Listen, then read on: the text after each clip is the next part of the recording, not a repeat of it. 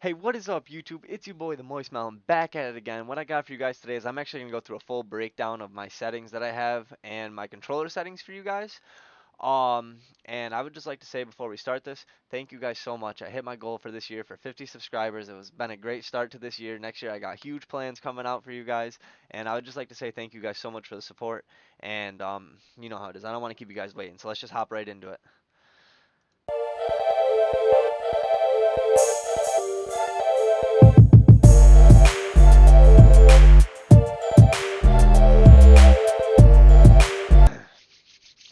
Alright, so we're in here now. You're gonna go to your game menu, go to your settings. I'm gonna go to gameplay. I'm gonna restore mine right to the default for you guys, and I'll go through them step by step with you, why I'm turning them off, and like what I have. So for my button hints, I have mine off because what all this does is it shows you obviously what buttons do what, and if you've been playing Apex for a little bit, you already know that. So if you feel comfortable with the buttons, just turn it off. It's going to give you more room on your screen. Crosshair damage feedback, turn this off. It's basically for the same exact thing. You already have damage coming above their head. You already know that you're hitting them. So if you turn this off, it's just going to get rid of the little X that pops up on their head. It's going to give you more room to see. Damage numbers, nice. They have them on stacking. You want to keep those on stacking because when you hit them, it's just going to stack the damage for you. It's going to do quick math for you, give you easy callouts. I'm going to keep scrolling down here. Auto sprint, double tap sprint. I know some of my friends actually like to have this on, but I personally don't like to have it on. It takes away the ability to do wall jumps unless I'm just possibly doing them wrong, like with the auto sprint on. I don't know if there's like a way around it, but I don't like it. Keep it off. Keep going down. Alright, that's all I got for these. So now let's go into my controller settings. Same exact thing. I'm going to restore these to default. I go to my button layout, and I play a little bit weird, but I also just play with a regular controller. Do I have my controller with me right now? Yeah, here it is. See? I just play regular controller, no paddles. I don't have batteries in the back either because I wire it in. Um, but I am on button puncher. I like to play button puncher because I like to be able to crouch using my right stick. It just feels really smooth to me. It feels nice.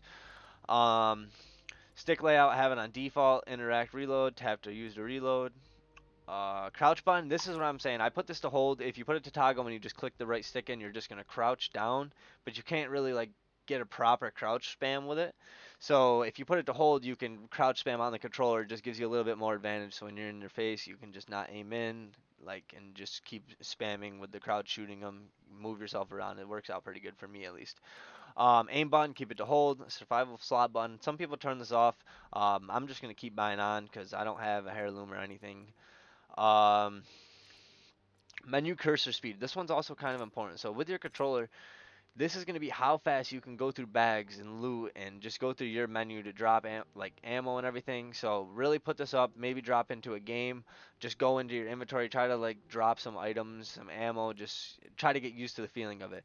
For look sensitivity, so listen to me, hear me out here, hear me out. Some people might like to be like, oh, I like to have mine higher or I like to have mine lower. Right, I'm just gonna tell you right now that most of the pro players, or not pro players, but the best controller players in the world, they play as 4-4. So 4 look sensitivity, 4 aim down sensitivity. They keep it exactly the same.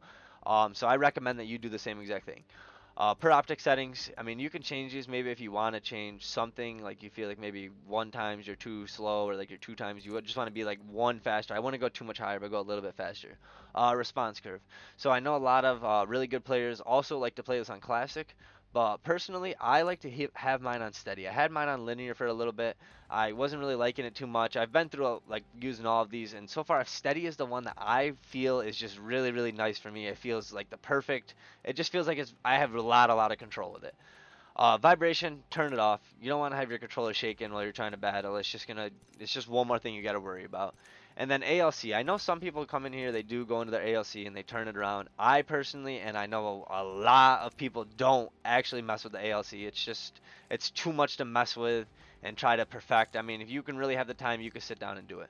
Alright, let's get into our video settings now. But before I get into my video settings, I would just like to ask you guys if you guys can do me a huge favor and just like this video and subscribe to me if you haven't already, because it's going to help me get out in the YouTube algorithm and just keep this content coming out for everybody.